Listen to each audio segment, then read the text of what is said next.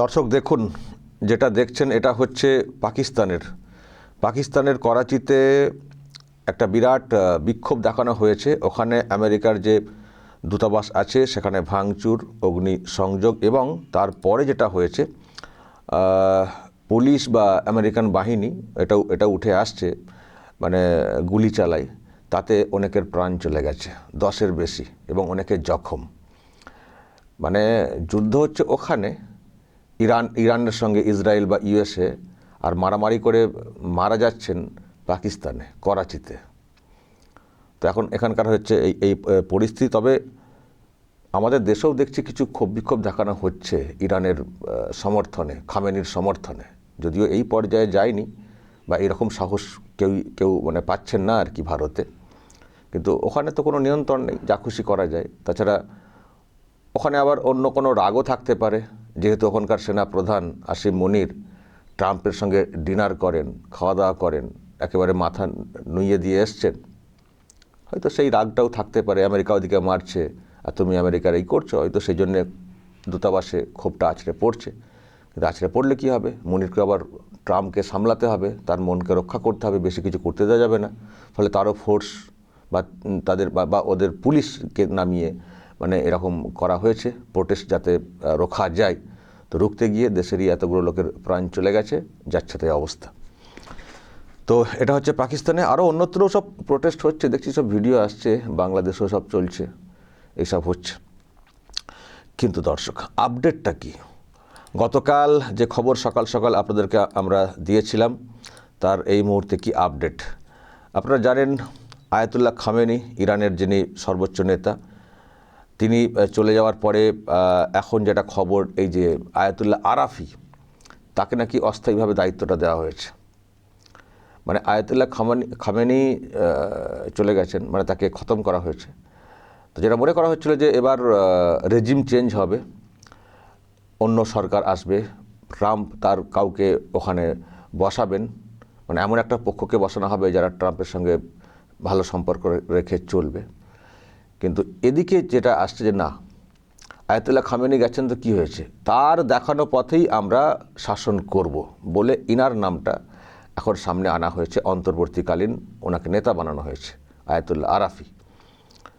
এবং ওখানকার যিনি প্রেসিডেন্ট আছেন তিনিও বলেছেন যে খামেনির দেখানো পথেই আমরা এগোবো, প্রত্যুত্তর দেব, প্রত্যাঘাত করব, এসব বলেছেন এবং করছেনও। কিছু কিছু জায়গাতে তারা ওই মিসাইল পাঠাচ্ছেন, মানে আশপাশের দেশ যেখানে আমেরিকার বেস আছে সেগুলোকে অ্যাটাক, এবং সেগুলোকে অ্যাটাক করতে গিয়ে যেটা হচ্ছে, সাধারণ মানুষ যেখানে আছেন সেখানেও নাকি অ্যাটাক করে দিচ্ছে ইরান। তো এতে করে একটা জটিল একটা পরিস্থিতি তৈরি হচ্ছে। তো আমি দর্শক এ নিয়ে আরও একটু ব্যাখ্যা চাইবো এবং ভারতের কী অবস্থান সেটাও একটু জানার চেষ্টা করব। আমি অনলাইনে নেওয়ার চেষ্টা করছি ব্রিগেডিয়ার দেবাশিস দাসকে। সকাল সকাল পেয়ে গেছি। ব্রিগেডিয়ার দাস, আপনাকে আবারও স্বাগত জানাই আরামবাগ টিভিতে। তো একটু আপডেটটা প্রথমে দিন তো, কি হচ্ছে বিষয়টা এখনো পর্যন্ত। দেখুন, প্রথমে বলি, আপনি পাকিস্তান দিয়ে শুরু করলেন।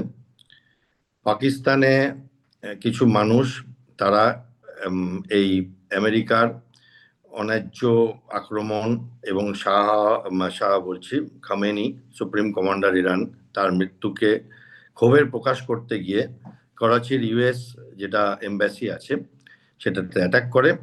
এখন অব্দি আমি যেটুকুনি জানি 10 জন মানুষ গুলিতে নিহত হয়েছেন এবং মব পালিয়ে যায়। কে মেরেছে এই গুলিগুলো? আমেরিকান ফোর্সেস মেরেছে, কেউ বলছে ইউএস মেরিনস ওখানে আছিল পোস্টের তারা মেরেছে, কেউ বলছে পাকিস্তানের পুলিশ মেরেছে, আমি ঠিক জানি না। পাকিস্তানের এই ক্ষোভ প্রকাশের সাথে সাথে আরেকটা জিনিস হয়েছে, যে কারণ পাকিস্তানটা ছোট্ট করে বলিনি, তারপর ইরান নিয়ে আসছি, যে আফগানিস্তানের সঙ্গে পাকিস্তানের যে মারপিটটা চলছিল তাতে শুনতে পাচ্ছি যে আফগানিস্তান নাকি একটা পাকিস্তানি ফাইটার জেটকে নামিয়ে দিয়েছে এবং পাইলটকে ক্যাপচার করেছে। কিছু কিছু মিডিয়া দেখাচ্ছে সেটা। এটাও জানতে পেরেছি যে আজকে সকালে, যে কালকে রাতে নাকি তেহরিকে তালিবান পাকিস্তান, একটু আগে এটা পাবলিশ হলো 2-3 মিনিট আগে, যে তেহরিকে তালিবান পাকিস্তান নাকি পাকিস্তানের অনেকগুলো জায়গায় খাইবার পাখতুনখোয়ায় অ্যাটাক করেছে এবং 12-13 জন সৈন্যকে মেরে দিয়েছে। পাকিস্তানের সত্যি দুর্দিন চলছে, কারণ তারা একদিকে আমেরিকার পোষা, আমেরিকার মুখাপেক্ষী, আমেরিকা রুটি ফেলবে তো তারা খাবে, আবার আরেক দিকে তারা পৃথিবীতে যতগুলো মুসলিম নেশন আছে 58টা বলে, সেই এতগুলো মুসলিম নেশনের মধ্যে একমাত্র নিউক্লিয়ার পাওয়ার। তারা এখানে চুপ করে বসে থাকতে পারে না, তাহলে একটু আওয়াজ করেছে, তারা একটু ভো ভো করেছে, কিন্তু তারপরে চুপ করে বসে আছে। তাদের দেশবাসীরা যখন তার বিরুদ্ধে কথা বলছে, ট্রাম্পের বিরুদ্ধে, তখন তারা গুলি করে মারছে তাকে। আমেরিকা একটা নোটিশ পাঠিয়েছে যে পাকিস্তানে যত আমেরিকান সিটিজেন আছেন তারা ফাঁকায় বেরোবেন না, সাবধানে থাকবেন। তো এই হলো পাকিস্তানের গল্প। এবার চলে আসি ইউএইতে বলছি, ইরানে। এবার ইরান গত 2 দিনে বহু বহু মিসাইল টার্গেট করেছে, বাট আমি একটা ছোট্ট ফিগার আপনাকে দিতে চাই যে ইসরায়েলকে ইরান মেরেছে এখন অব্দি 200টা মিসাইল এবং 12টা ড্রোন।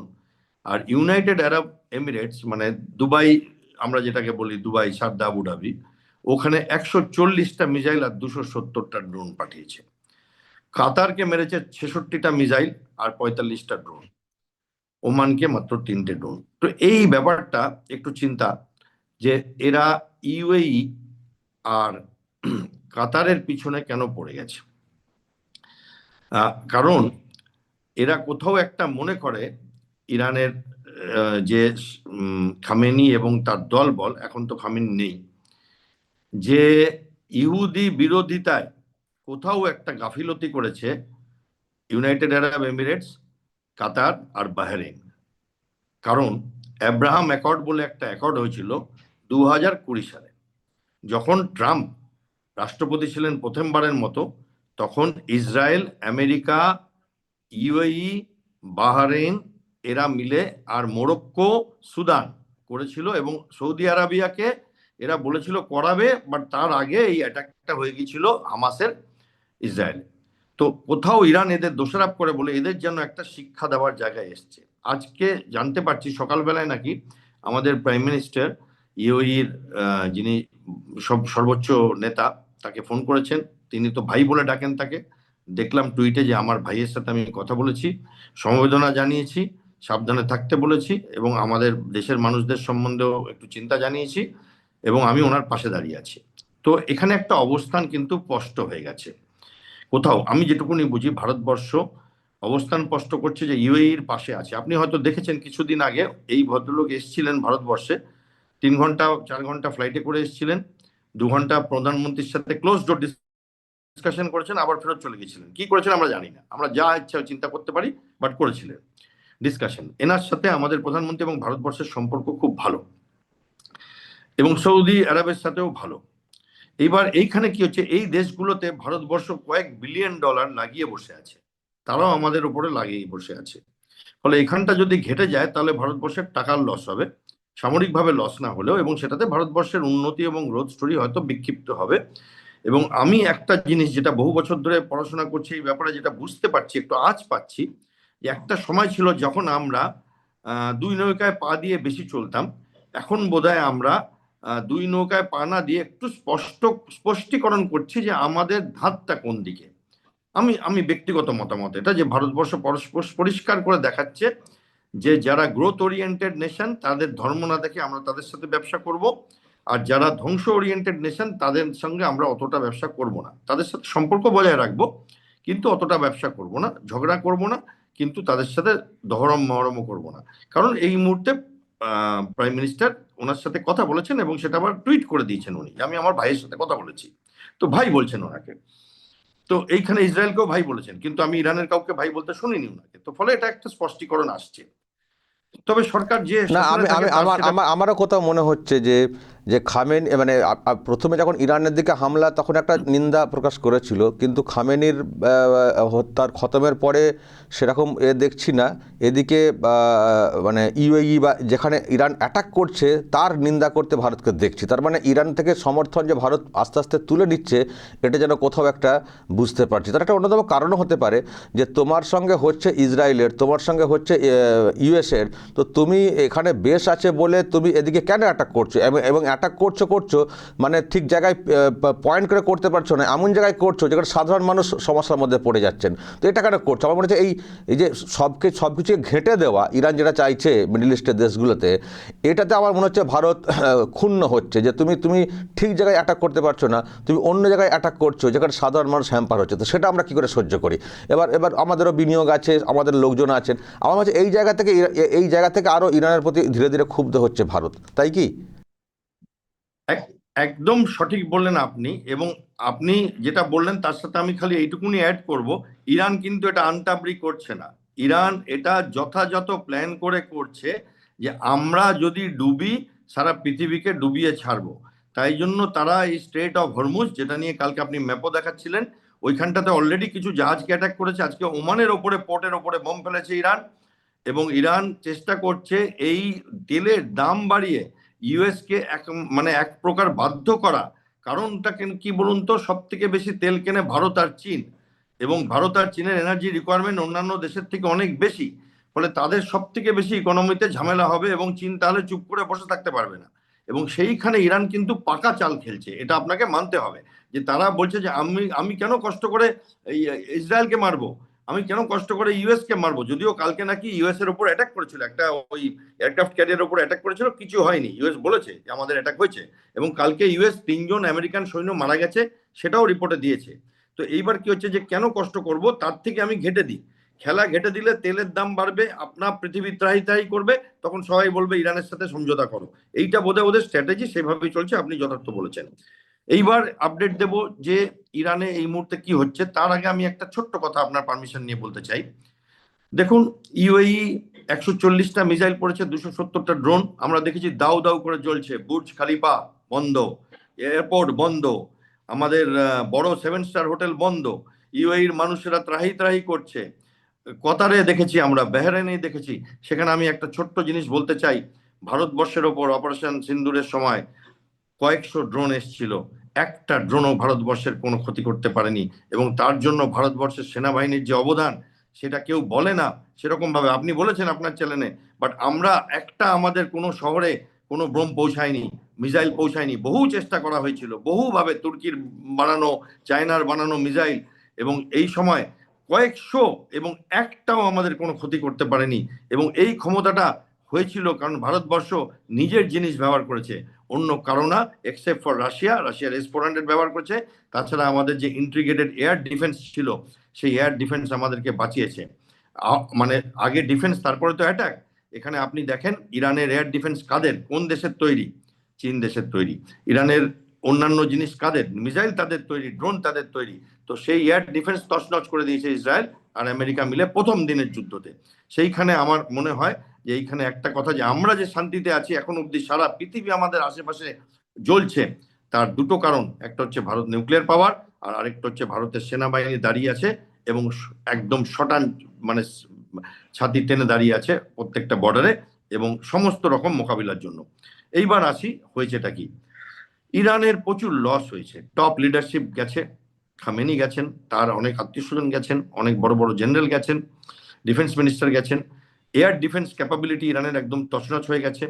অনেক মিসাইল লঞ্চিং, মিসাইল ওদের অনেক আছে, 3000টা মিসাইল আছে শুনেছি, কিন্তু মিসাইল লঞ্চার যেগুলো, সেগুলো তত নেই।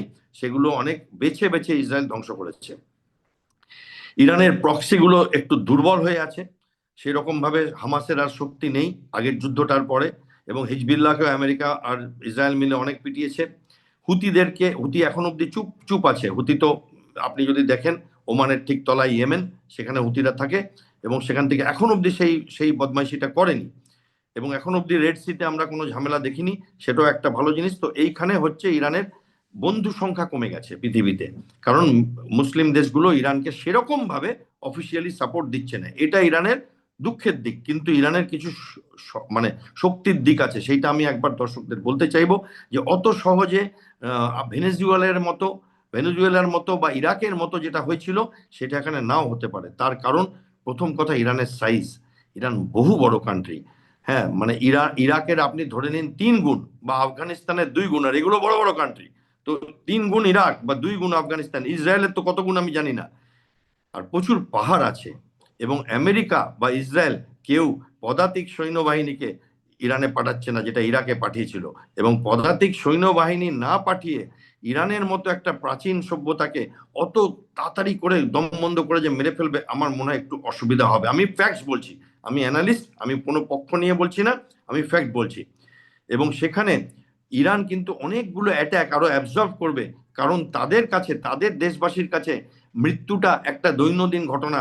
কারণ যদি আমেরিকার বমে না মরে, ইসরায়েলের মিসাইলে না মরে, তো খামেনির অত্যাচারে মরে যাবে। এরকম করে 30,000 মানুষ তো মারা গেছে এই দুটো যুদ্ধের মাঝখানে এই বছরেই, কারণ তারা নাকি ইসরায়েলকে সাপোর্ট করেছিল এবং টাঙিয়ে দিয়েছে, এবং আপনারাও দেখেছেন সেগুলো টিভিতে। তো সেইখানে দ্বিতীয় আরেকটা ব্যাপার হচ্ছে যে আপনি নেপালে যেটা দেখেছেন, শ্রীলঙ্কায় দেখেছেন, পাকিস্তানে দেখেন যে পাকিস্তানের মানুষ, নেপালের মানুষ রাস্তায় বেরিয়ে আসে, সেরা বাংলাদেশের মানুষ রাস্তায় বেরিয়ে আসে। সেই ব্যাপারটা কিন্তু ইরানের নেই, কারণ মানুষ প্রায় 40 বছর ধরে অন্ধকারে বাধা ছিল আর কি। ফলে তারা স্বাধীনতা পাওয়ার পরে হয়তো স্বাধীনতা পাবে না, এবং আবার ওই খামেনির মতোই একজন হয়তো শাসন ব্যবস্থা নেবেন, এবং তিনি গুছিয়ে আবার খেলবেন, এবং এবার একটু সাবধানে খেলবেন। আমার মনে হয় মানুষ ভয় আছে, সেইভাবে রেজিম চেঞ্জে একটা নতুন লিডার এসে গেল, আমার মনে হয় সেটা ইরানে হবে না, আমার ব্যক্তিগত মতামত। কিন্তু গালফ কান্ট্রিগুলো ছোট্ট ছোট্ট, আপনি তো ম্যাপ দেখাচ্ছেন রেগুলার, আপনি যদি ইউএই দেখেন না, ইরানের সাইজে মানে মানে একটা ছোট্ট দ্বীপের মতো লাগছে ইউএইটাকে। তো এরা কি অতগুলো মিসাইল অ্যাটাক নিতে পারবে? কতদিন নিতে পারবে? কারণ ইরানের দেওয়ালে পিঠ হয়ে গেলে তারা কি করবে আমরা জানি না। আর স্টেট অফ হরমুজ নিয়ে আমরা কথা বলেছি, তাদের মিসাইল স্টক পাইল আছে, আইসিবিএম আছে তাদের, এবং 2000-3000 কিলোমিটারের রেঞ্জের মিসাইল আছে, এবং ড্রোনও প্রচুর আছে। এবং আমি শুনতে পাচ্ছি, আমি এটা সঠিকতা জানি না, গভীর রাতে নাকি কিছু প্লেন সমস্ত কিছু রাডার বন্ধ করে ল্যান্ড করেছে সাপ্লাই দেওয়ার জন্য, এবং চীন আর রাশিয়ার নাম শুনতে পাচ্ছি, আমি সঠিকতা জানি না। এটা তো হয় যুদ্ধে আমাদের বিরুদ্ধে তুর্কি এসেছিল, এবং এটা হয় আমাদের সপক্ষে ইসরায়েল এসেছিল যুদ্ধে, তারা প্লেন নামিয়েছিল, ওইদিকে তুর্কি নামিয়েছিল।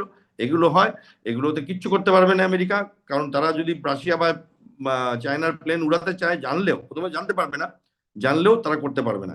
ফলে আমি ঠিক বুঝতে পারছি না এই যুদ্ধ কতদিন টানবে। আজকে দেখলাম সকালে ট্রাম্প বলেছেন 4-5 সপ্তাহ তো যুদ্ধ চলবে, আমরা শেষ করে ছাড়বো।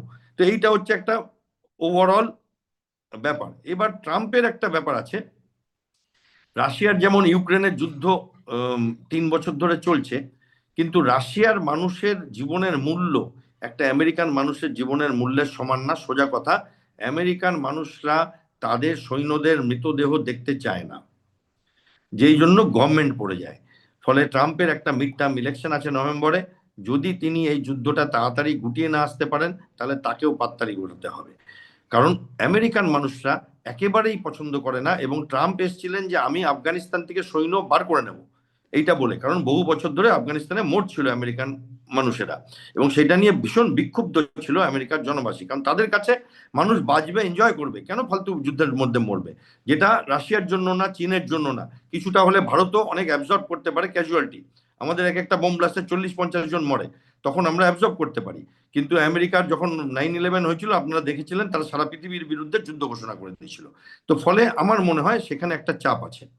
এবং ইসরায়েলের যিনি প্রেসিডেন্ট, তিনি আজকে বলেছেন যে আমরা শেষ দেখে ছাড়বো। আজকে হেজবোল্লাহ কিছু অ্যাটাক করেছিল, তখন উনি লেবাননের থাকে হেজবোল্লাহরা, তখন উনি লেবাননের ক্যাপিটাল বেইরুটে মিসাইল পাঠিয়ে দিয়েছিলেন, এবং বলেছিলেন যে আমি চাই না লেবানন এর মধ্যে জড়াক, বাট হেজবোল্লাহ যদি জড়ে আমার কিছু করবার নেই। তো এইবার ইরান দেখছি স্ট্র্যাটেজিক্যালি জাহাজ, লজিস্টিক পোর্ট এগুলোকে অ্যাটাক করছে, এবং মিডল ইস্টের কান্ট্রিতে অ্যাটাক করছে। এবার যদি তেলের বড় বড় খনিগুলোতে আগুন লাগিয়ে দিতে পারে, যেটা এদের ভয়, তাহলে তখন আর কিছু করা যাবে না, ওখানে আগুন নেমানো যাবে না তখন, এবং তাতে সারা পৃথিবী একটা ডামাডোলে পড়ে যাবে, যেটা হয়তো ইরান চাইছে। দেখা যাক কোন দিকে এগায়। এখন অব্দি আমি যেটা বুঝতে পারছি যে ইরান যে স্যারেন্ডার করবে, ট্রাম্প বারবার বলছে ইরান আর্মি স্যারেন্ডার করো, বাট তারা যে হাতিয়ার নামিয়ে দেবে এত সহজে আমি অন্তত দেখতে পাচ্ছি না, কারণ স্যারেন্ডারটা হয়তো তাদের চরিত্রে নেই, এটা চরিত্রগত। ভেনিজুয়েলা কি করেছে, সেটা কি ভিয়েতনাম করেছিল? করেনি তো। এবার শ্রীলঙ্কা যেটা করেছে সেটা কি ভারত করবে? করবে না তো। তো এইগুলো এক একটা মানুষের স্যারেন্ডার চরিত্র থাকে এক একটা নেশনের, আরেকটা এক একটা নেশনের থাকে না।